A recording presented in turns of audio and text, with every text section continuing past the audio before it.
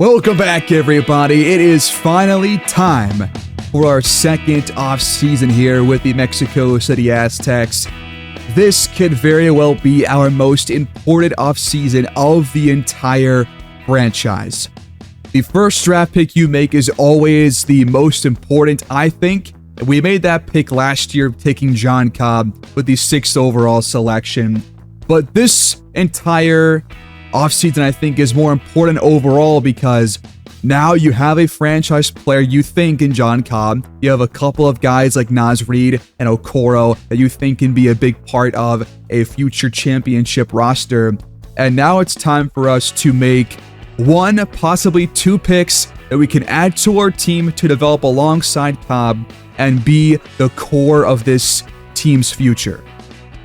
If we get these picks wrong, then in a couple of years, we're probably going back to the drawing board once again or making some big free agent splashes. But these picks, we have 3 first-round picks, all of which seem to be in the lottery. So we will have a pretty decent chance, I think, to potentially get a top 4 pick, potentially number 1. If we get number 1, that completely changes the trajectory of where this franchise, I think, was already heading. But if we don't get that first overall pick, I still have a couple of players in mind that I really want to add to this franchise. Without further ado, starting with player retirements. Nicholas Batum has retired, as has Brook Lopez, Patrick Mills, Klay Thompson. Not too many big name players, only a couple of role players, including Klay Thompson, who will make the Hall of Fame most likely, I would have to think. But nobody else really a big name players, so we can just go ahead and move on here. Staff retirements, Greg Popovich, after 2 years with Victor Wembanyama, or I guess it would be 3 years, has finally retired after 37 years, most of that as the head coach in San Antonio. The Warriors will retire Klay Thompson's jersey with number 11. Now we have one of the most important parts of this offseason, the draft lottery. We do in fact have 3 lottery selections at 10, 13, and 15. So 3% odds with number 10 to get the first overall pick, 1.5% with the 13th pick, and 0.5% with the Aztecs pick at number 15, which I guess was actually from the Kings. So the Rockets currently, from their previous trades with the Wizards and the Nets, have 2 of the top 3 best odds to get the first overall pick. They'll likely have a top 4 pick, might have 2. The Thunder have 2 lottery picks, and we're just going to dive right in and see what happens here. With the lowest odds, the Aztecs will in fact have pick number 15. And now the 13th pick will belong to the Aztecs as well. So not too shocking there. We have 2 bottom lottery picks, and now we'll move on to pick 10 and see if we can jump up from there. If not, I do foresee a sizable trade up into the top 5 or top 4. No movement so far. The Aztecs will not move up at all. We do have picks 10, 13, and 15 officially. The Thunder will stay at 9. And the Heat are the first team to move up. They had the 7th best odds. The Bulls fall to 7. And the Magic will also make the top 4. The Thunder drop to 6. The Lakers have pick number 5. And now it's for the top 4. The Rockets will have 2 top 4 selections. They will stay at 4 with this pick. Now the 3rd best odds also belonging to the Rockets. And the Heat will land number 3. So the Rockets have pick 4 and a top 2 pick. It's Rockets or Magic for the first overall selection. And the Rockets will end up having the first overall pick in the draft.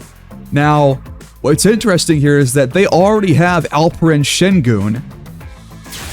He is obviously a starting caliber center. So, will they take Frank Bauer number 1? I think that is a thing to think about if you're the Rockets. But this is the entire first round here. Rockets, Magic, Heat, then Rockets. We have, again, 10 10, 11, or 10, 13, and 15. So we have staff signing. Now, I am going to fire our head coach, Milan Mack, and bring in a coach that is better overall, but also matches our preferred system, which is 7 seconds, because that, again, fits Lonzo, it fits Naz Reid, it fits John Cobb the most out of any system.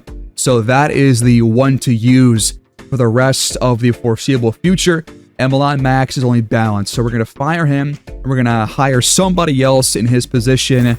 We also got to hire a CFO, and I am going to move all the bonus staff off of our team doctor and move them to scouting and head coaching, because this will likely have a more realistic impact on injury duration, which I think is the thing that I forgot to actually fix pre-series before I did all the setup stuff. I just forgot that that was a problem in this game for some reason, but I do want more realistic injury duration, so I will be taking off those bonus staff.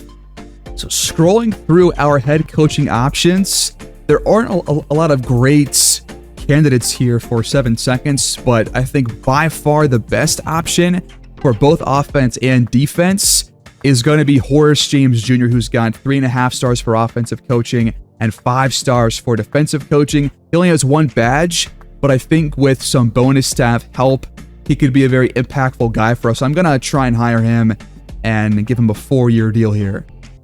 And Horace James Jr. will accept the offer. We also bring in Taylor Stewart as our team doctor, and we sign a new CFO in Damian Jeffries. We fill out those, well, maybe not quite. We would exceed our staff budget, so we need to move some things around here. Not entirely sure how that works. I guess I'll just hire a different CFO.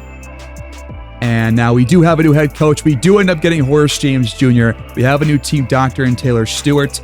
I am going to unassign all the bonus staff for him and probably just put one of those to scouting and the rest to our head coach. And that way we can just maximize what we're doing across the board. We have hired Ryan Reed, and now our staff is full. Let's move on. In the NBA Draft Combine, the second center in the class behind Frank Bauer, who does have a ruptured left Achilles, has 3 badges and had 24 of 25 of those standing 15-foot jumpers drop in. Leonard Dennis was up there as well. Moving 15-foot jump shots, Vin Watson is number 1. We don't really know a whole lot about him, followed by Morales and Shane Wall. Standing college 3, Lamar Jamison leads the way, followed by Will McBride, who I think could be kind of a sneak pick for us to make, and I'll show you why once we move on from the draft combine. And Wilt Morris Sr. knocking down some 3-pointers. Could he spread the floor? Is he a decent option for us to take as a potential franchise big man? Lamar Jamison, number 1 for moving college 3s. Lou Wong also up there as well. And then standing NBA 3s, RJ Young, Jayshawn Davis, Will McBride, Kennedy Nash, Wilson Lawson. Now you got moving NBA 3s, and Nash is number 1, followed by Martin Reed and Will McBride. So he seems to be a really, really good shooter, and I'll show you right now why he's a good passer.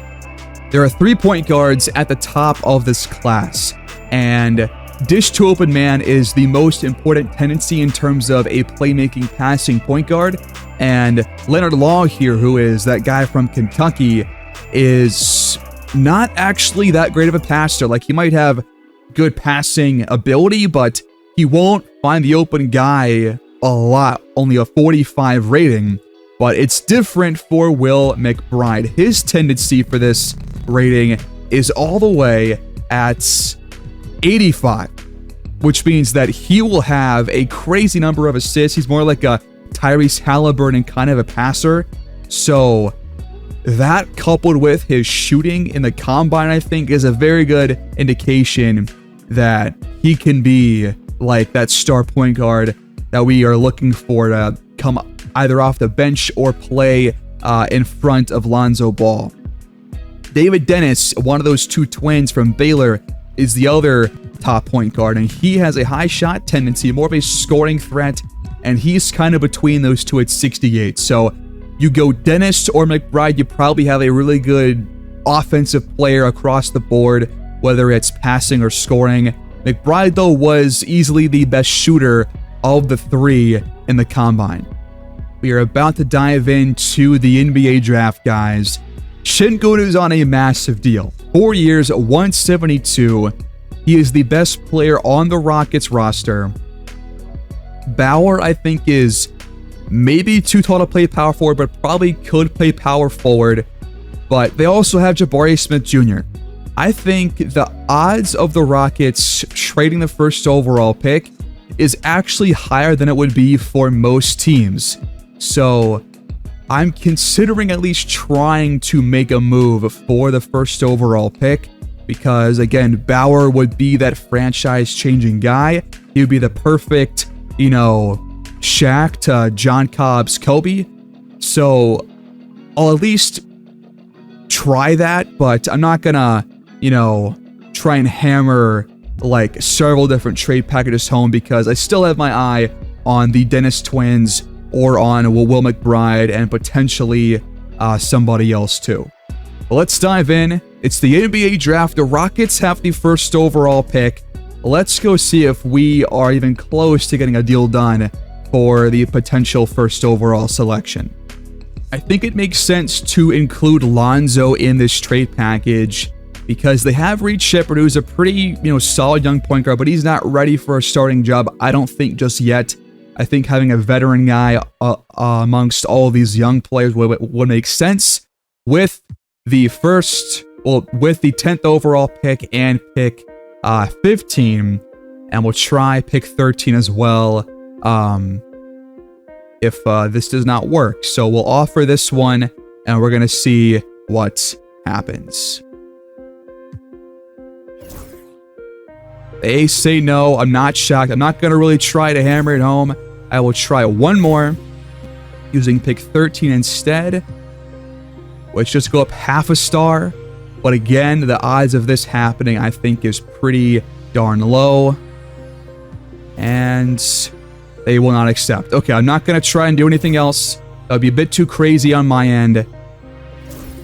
He is a generational prospect. I can't really knock it. So we're going to see what happens with the Rockets. I mean, this is going to be a very interesting next couple years for them with Bauer and Şengün and Smith. I think Jabari Smith probably is the odd man out there. We'll see what happens. They have the first overall pick, and with it, they will select Frank Bauer out of Germany. Another international prospect, and he's going to be great right out of the gate. The Magic have pick 2.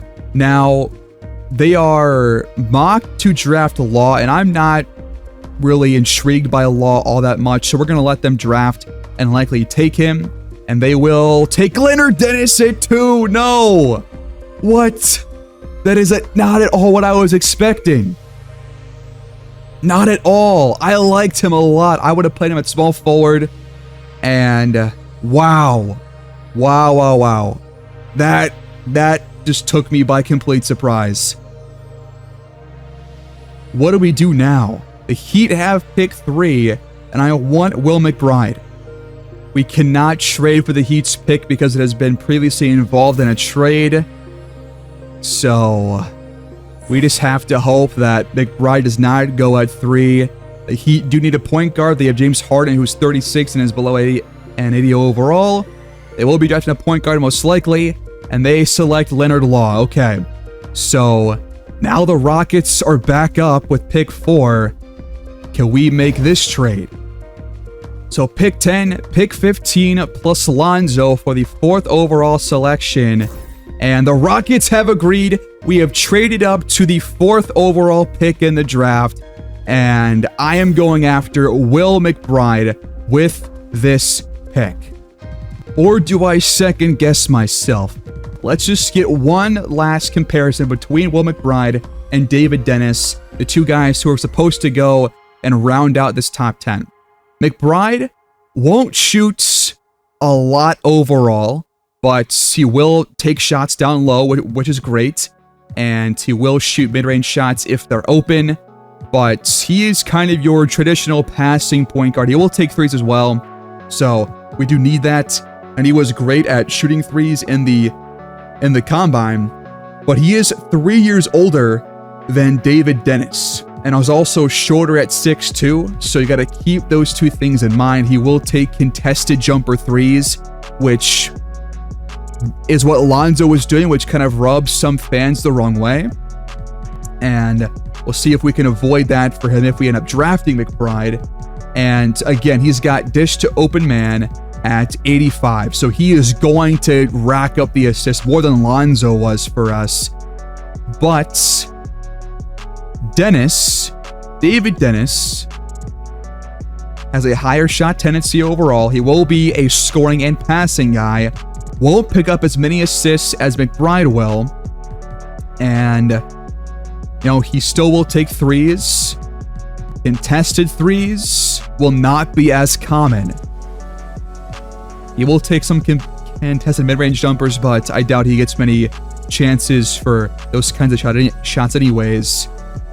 This is going to be a pretty interesting decision here, I think, because his dish to open man is at 68, so it's still pretty high. Let's go compare real quick their ceilings. So, and badges too. Dennis is 6'4", of course, 19 years old, and has 7 badges. He has silver, dimer, handles for days, unpluckable, and bronze Deadeye, float game, interceptor, and on-ball menace. McBride has silver dimer, handles for days, so 2 similar ones right there. Silver lightning launch, and then bronze ankle assassin, bailout, unpluckable, and versatile visionary. So definitely more of a creative passer for him.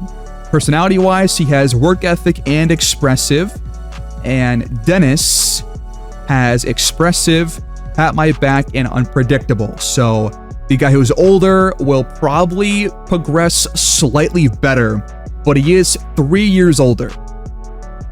Is his dish to open man being at an 85 compared to a 68? Does that have a wide enough range where you want to take McBride over a guy that's 3 years younger and has a lot of potential? David Dennis, ceiling a Stephen Marbury / All-Star, a floor of Steve Kerr, and starter. Adept at disrupting the offense with his quick hands, so he is a great, or at least a pretty solid defensive player, aggressive around the rim, incredible leaper, but does have below average court vision, which is clear by the dish to open man tendency. If we look at his grades, he seems to be a really solid offensive player, solid defender, will take some time to knock down some shots, but is a great athlete and needs to work on the basketball IQ. A potential on paper. Again, the potential grade is very misleading, I think, for a lot of players. McBride, though, is a really good three-point shooter, also a better playmaker than Dennis is, but a worse defender. 3 years older, 2 inches shorter, better or worse athlete, higher IQ, potential on paper is technically lower. His ceiling is Kenny Anderson / All-Star. His floor is John Paxson / starter. He knows how to help teammates when needed, can steal the ball sometimes, has a knack for knowing where his teammates are at all times, does not play above the rim. That hurts him on offense especially. So, 2 different kinds of players, both point guards, but I mean, man, this could really go either way here. Let me check one more thing. So Lonzo, that this past year averaged nearly 7 assists per game, in his career 6.2 a game. If we look at his tendencies, his dish to open man is at 60. So I think with this, it's evident that regardless of the point guard that we draft, they will be a better passer than Lonzo was. Dennis has better defense, is 3 years younger, is taller, is a better athlete, and I think in a couple years will be as good of a shooter as McBride likely is. So I think I've kind of flipped here, because I think you get the best of both worlds with Dennis over McBride. So I think with that, the choice is settled. We are going to be drafting David Dennis with the 4th overall pick. He is a 7 badge inside the arc shot creator. Welcome to Mexico City, and welcome to this new backcourt alongside John Cobb. I'm not going to trade up from pick 13. We're just going to let things ride the rest of the way and make a pick at that selection. The Lakers have pick 5, and with it, they will take Will McBride. So we're going to have to compare his career to David Dennis as things progress through these first couple of seasons.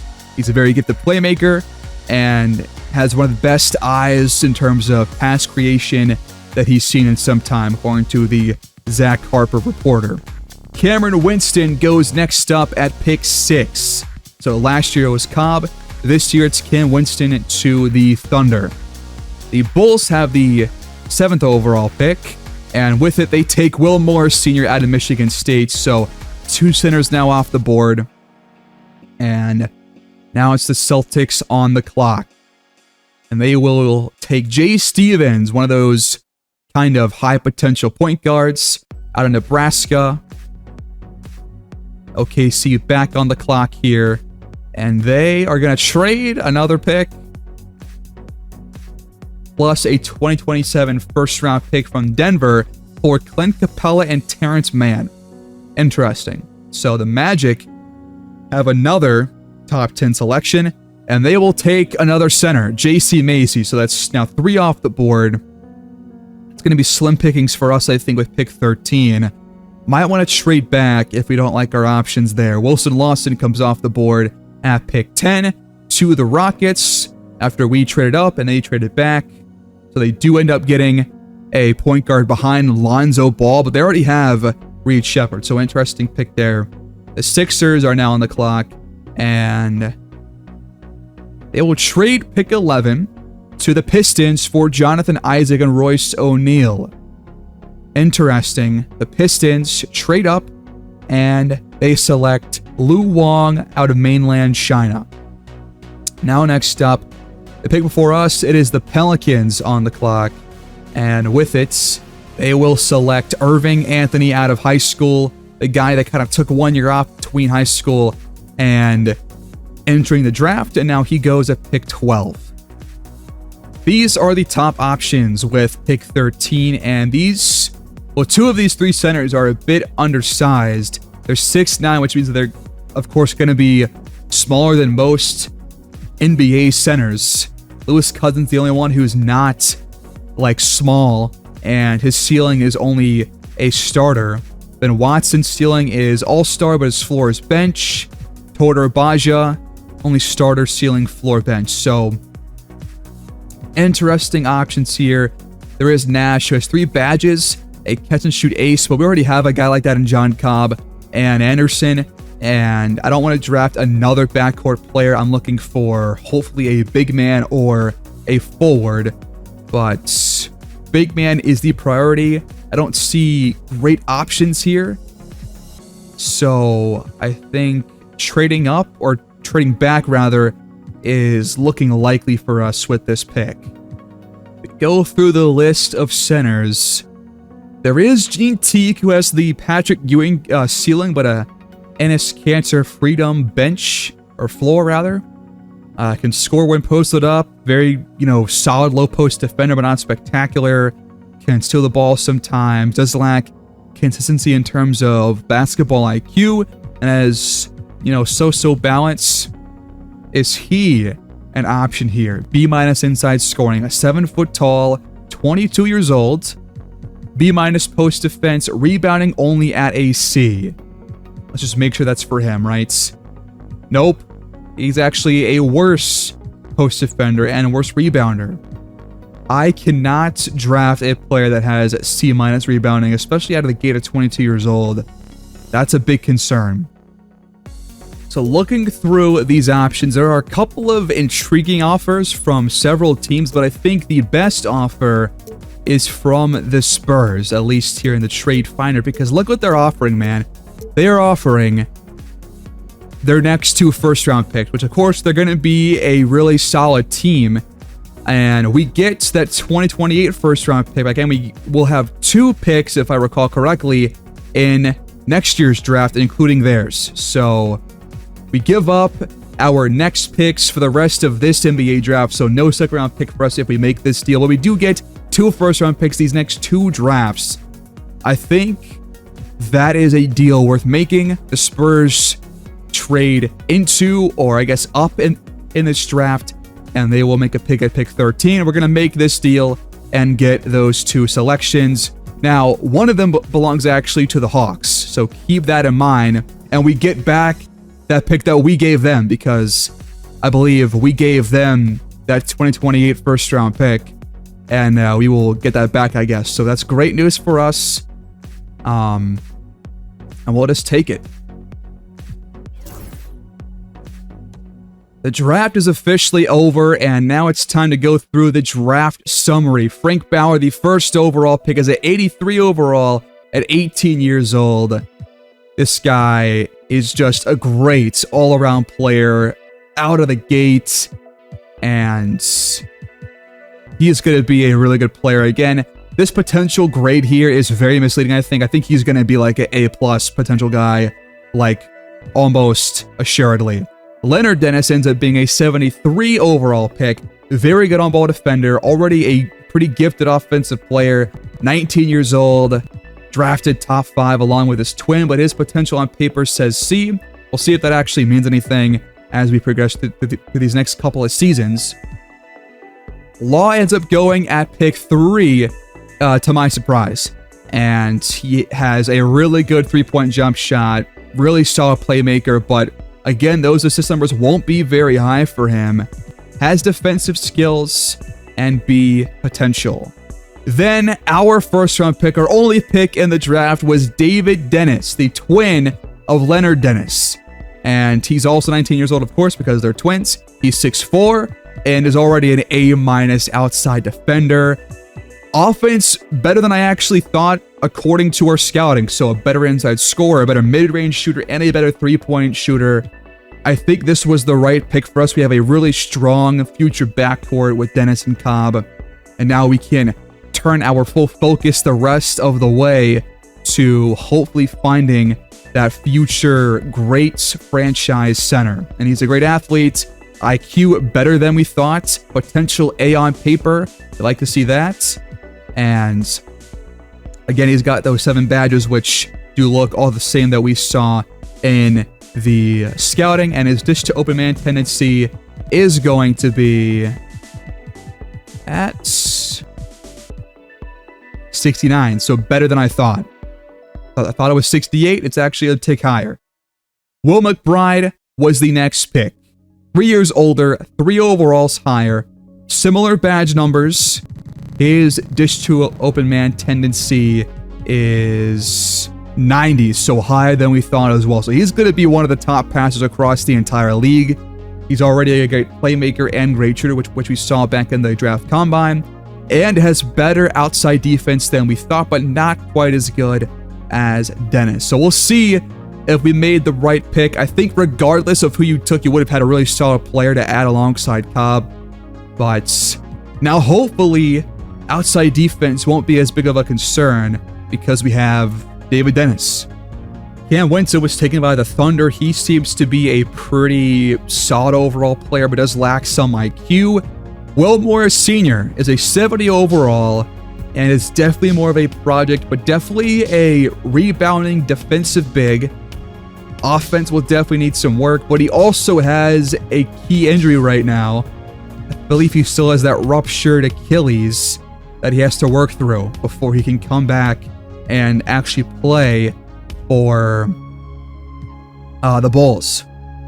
Jay Stevens taken by the Celtics. Very solid offensive player. Defense, not so much. A+ potential on paper. J.C. Macy was kind of offensive and defensive guy. So, could have been a solid pick, but he was taken before we really had a chance to make that selection. I was not going to trade it twice on one draft. That just seems a little bit too cheap to me. Wilson Lawson, really good shooter, it seems. Lu Wang, high potential, and then just a really good gadget player. He'll be a really good player, I think, these next couple of years. Same goes for Irving Anthony, who seems to be kind of a jack of all trades with a really high athletic profile and really good inside scoring. Lewis Payton out of Purdue. Interesting guy, but needs quite a bit of work. Fausto Mane. I don't see a bright future for him at all, given these grades. Edmund Stewart, a 6'1" point guard. Very offensively gifted. That's about it, though. Nash is a really good three-point sniper. That's going to be his bread and butter for the first couple years of his career before he, really tries to or starts to progress in the player progression periods.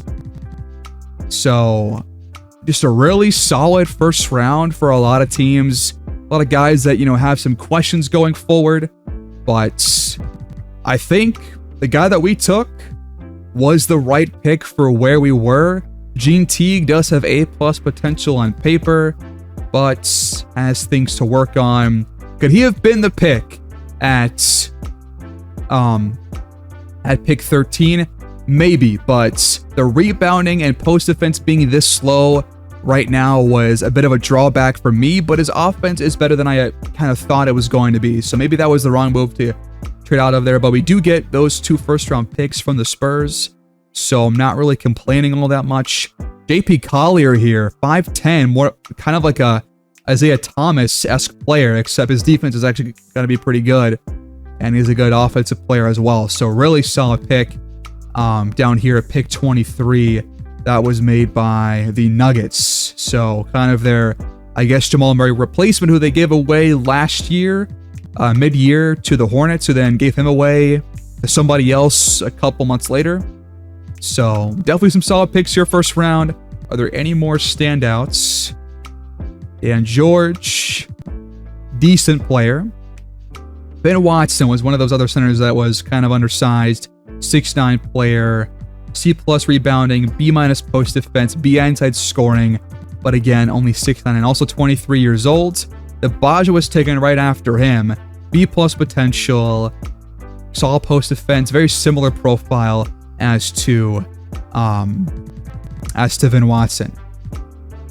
Now, last pick of the first round was Paul Rollins. Not a bad pick either, so I think it was hard to go wrong with our pick. I like who we got. Now, for team player options, I am going to decline the one for Bogdanovic, of course, because he's 33 years old. We have to find somebody else, I think, to bring in who's younger, hopefully. And then Anderson, I want to see 1 year of his progression and then just see what happens after that. So 1 year team option for him. We will accept that. We are in moratorium, folks, and here's what it looks like. For Luka Doncic to be on the move, he is a free agent and has 14 offers looking for like $62 million of salary. Kings, Clippers, Mavericks offering the top deals. Mavericks have the only 5-year deal out there. So plenty of teams trying to vie for him. I mean, what are these other teams doing offering these 1-year deals, man? That's never going to happen. It's a 3-horse race. Kevin Durant is a free agent. Interesting, at 37 years old, getting offers from plenty of teams. You might want to hold out for a couple of weeks or a couple of days and see where things go from there. Chet Holmgren will likely just head back to the Thunder, I'd have to assume. But De'Aaron Fox, a free agent. Ben Caro, Jalen Williams, both restricted. But Jaren Jackson Jr. is available. He's only 26 years old. We have the cap space to sign him. We have 40 million cap holds. That will be just over enough to bring him in, at least for the expected salary. And he could be that inside, outside defender that can score as well and be that guy down low that could be, a tier above James Wiseman to kind of get back the offense that you lose with Lonzo. You get a bit more. You get only okay rebounding skills, but really good defense down low, which I think this team does need. If we look at all the centers available, we did let Wiseman walk, but we do have his bird rights, and I do want to bring him back as the backup because he was really good for us. Now, would he want too much money? Maybe, but again, with bird rights, we can go over the salary cap to bring him back. Now, here's the interesting thoughts. Mark Williams is restricted. He's the halfway point in terms of the system match between Jaren Jackson Jr. and Gobert, and wants less salary than both. Would the Hornets match the offer? Most likely, but he is younger than both, is probably a better offensive player than Gobert, and is a really good inside defender and a really good rebounder, and is 24 years old. Could he be the guy that we bring in to be that franchise center? If you look at his numbers this past year, 13 and 12 with steals and blocks and shooting very well. Sounds great to me. I'm going to at least throw our hat in the ring for Mark Williams. So I think that we could wait on Jaren Jackson Jr. if we don't get Williams. We're going to offer Williams a 3-year, about, $20 million average salary, and we'll see if the Hornets end up matching that. We'll wait on Jaren Jackson Jr. for 1 week, or not 1 week, 1 day, and see where things go from there. I'm going to focus on center until we get one, and then I'll focus on the other spots. I think point guard, backup point guard also is going to be a place of need for us as well, for a guy that can pass and score off the bench. And it looks like the Bulls, or not the Bulls, the Rockets did not accept Lonzo Ball's team option. So he's now a free agent. We kind of scammed them. That was not on my bingo card, was them doing that, but we could bring him back too. Mark Williams will agree to the offer. Will the Hornets match? I think we have to wait until moratorium is over. Instead of risking not getting either Williams or Jackson, I'm not going to offer Jackson for now. And I think I'm just going to target James Wiseman, and he can be our starter for 1 more year if Williams ends up having his contract matched by Charlotte. So I'm going to offer Wiseman once moratorium is up too, because actually no, I can just do it right now because he's not restricted. So we're going to offer him as well, bring him in as hopefully our backup center. Final day of moratorium, and it looks like we just got both James Wiseman and Mark Williams. Huge pickups by the Aztecs. We have potentially the center of the future with Williams, 24 years old, 7 foot tall, and we kind of got him on a pretty good deal for us. We still have $10 million cap room left to spend, and now it's time for us to find a point guard. We have 2 centers now on this roster that are starting caliber, both good rebounders, good defensive players, and that's a good pair to have alongside Naz Reid, I think. Luka has gone from Dallas to the Clippers. Wow, a huge shift across the NBA. The face of the league has flipped teams. The Thunder brought back Chet. Banchero re-signs with the Magic. De'Aaron Fox is heading to Atlanta. Jamal Murray heads to the Nets. Gobert returns to Minnesota on a 3-year deal. Bradley Beal leaves Phoenix for the Nuggets. But I think our 2 moves are a really, really good start. I was scared that the Hornets would match, but they chose not to, and we got lucky. Now having a true defensive anchor backed up by a paint beast. This is going to be awesome. And Jaren Jackson Jr. is still out there, by the way. He did not accept any of those offers in moratorium. And now the Wizards have the highest offer going his way. Memphis not even trying to bring him back. So we got a better system match on half as much money as Jackson wants for probably a pretty similar impact, all things considered. I think that was the right move for us. Now, point guard becomes very interesting here. You got a couple of starters with Trae Young and Jalen Suggs. Going through all these options, I think Terry is probably the best passer available. There is Killian Hayes, but again, he's bad. Marcus Smarts was a good passer when he was in Boston before he was put on the bench. Decent player. Good outside defender, obviously. One DPOY, I think, 1 year, right? There's McCollum. But I think Terry's the guy. Shot 46% last year. Got traded a couple of times. Not the best three-point shooter this past year, but I will believe in him. And a good free throw shooter, which we do need on this team. I think Rozier is going to be the signing for us. He fits our scheme and would be a really strong, top guy off the bench for us alongside James Wiseman. So why not offer him the expected salary, or at least one that we can actually offer him? The Mavericks are now going after Rozier. He has higher interest despite our salary being higher. I'm going to increase our offer for him, and now ours is ranked over his by a little bit, but they're still neck and neck. And Rozier will accept Scary Terry. Welcome to Mexico City. Okay, I like what we have put together so far.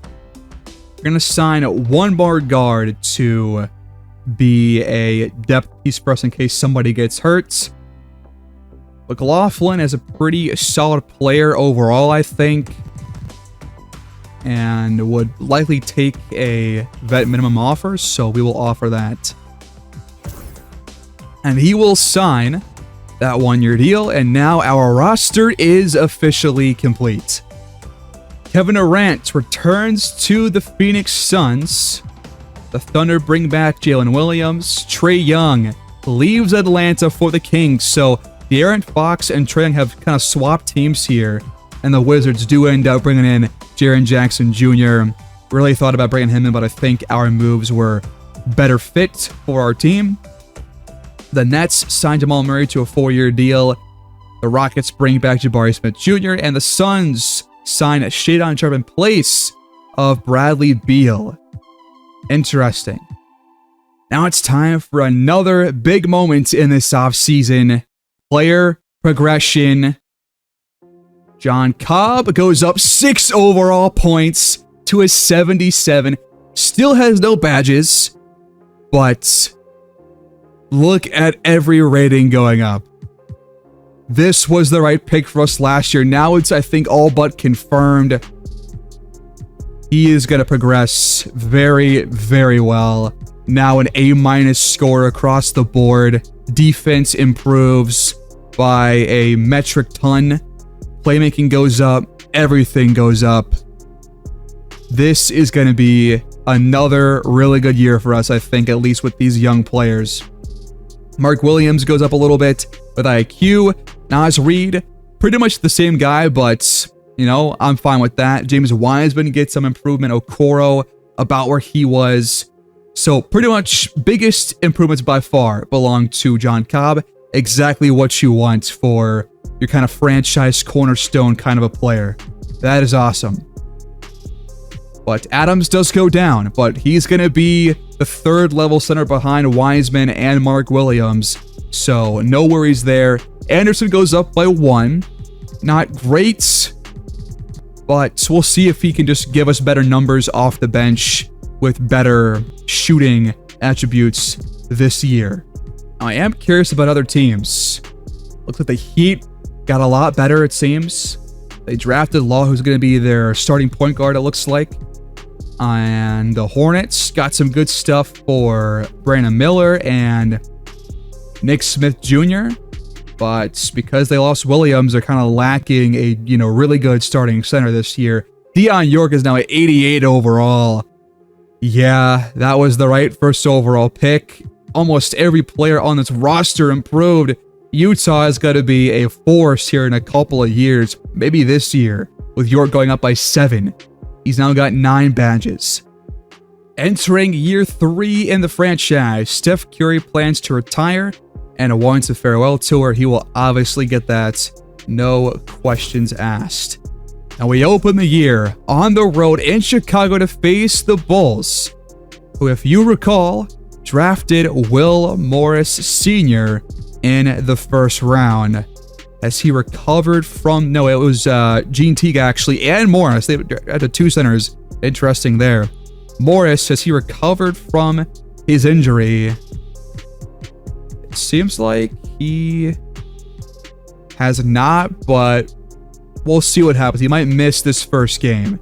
In fact, I doubt either guy gets playing time, but they're going to be our team to face on opening nights. Matas Buzelis, Patrick Williams, Kobe White.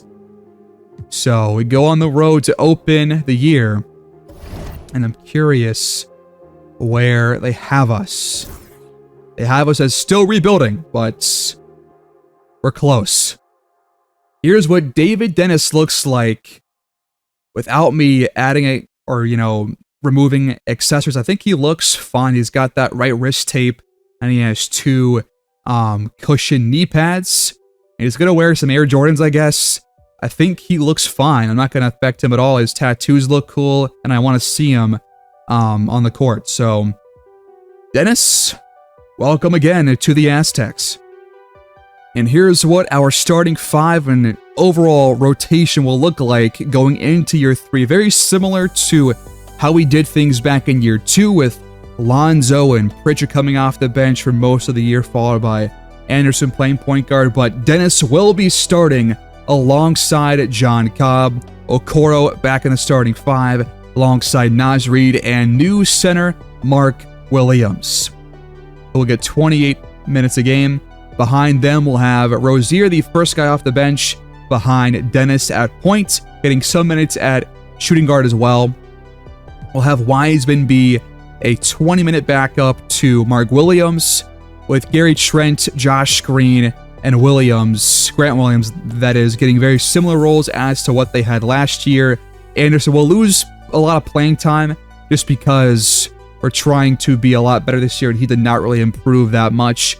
But our rotation looks like this. Again, very comparable to what we did last year, but I will make adjustments as the year goes on if we want to move some things around, whether it's in the first quarter or later on. Our new head coach, Horace James Jr., these are the immediate 7 points of emphasis for him in his first year as the coach. A neutral offensive focus, average tempo with a some crash, others get back philosophy for offensive rebounds. On defense, neutral defensive focus, neutral aggression, and some crash, others run in transition for defensive rebounding. So we'll see if we want to change those around as we sim through games this year. But one good plus, though, is that our coaching system proficiency is up to 3.5 stars with the starting 5 lineup. The same goes for if you were to put in Terry Rozier as the point guard as well. So we should be a better team. I'm hoping for at least a play-in tournament appearance once again, and we'll see if that will actually come to fruition. I will, of course, set up our mentorship, badge training, and, of course, other stuff along those lines between now and opening night. But that will do it for our second offseason, guys. What do you think? Was David Dennis the right pick at number 4 over Will McBride? Were you shocked by his twin going second overall over Leonard Law? What do you think about our moves? Were Mark Williams and Wiseman good signings to make? Was it smart to bring back James Wiseman? Was Mark Williams the right pick as the potential future center here in Mexico City? Leave your thoughts down below. Please like the video and subscribe if you have not done so already. And I'll see you guys in year 3 opening night on the road against the Chicago Bulls. Thanks for watching and have a great day.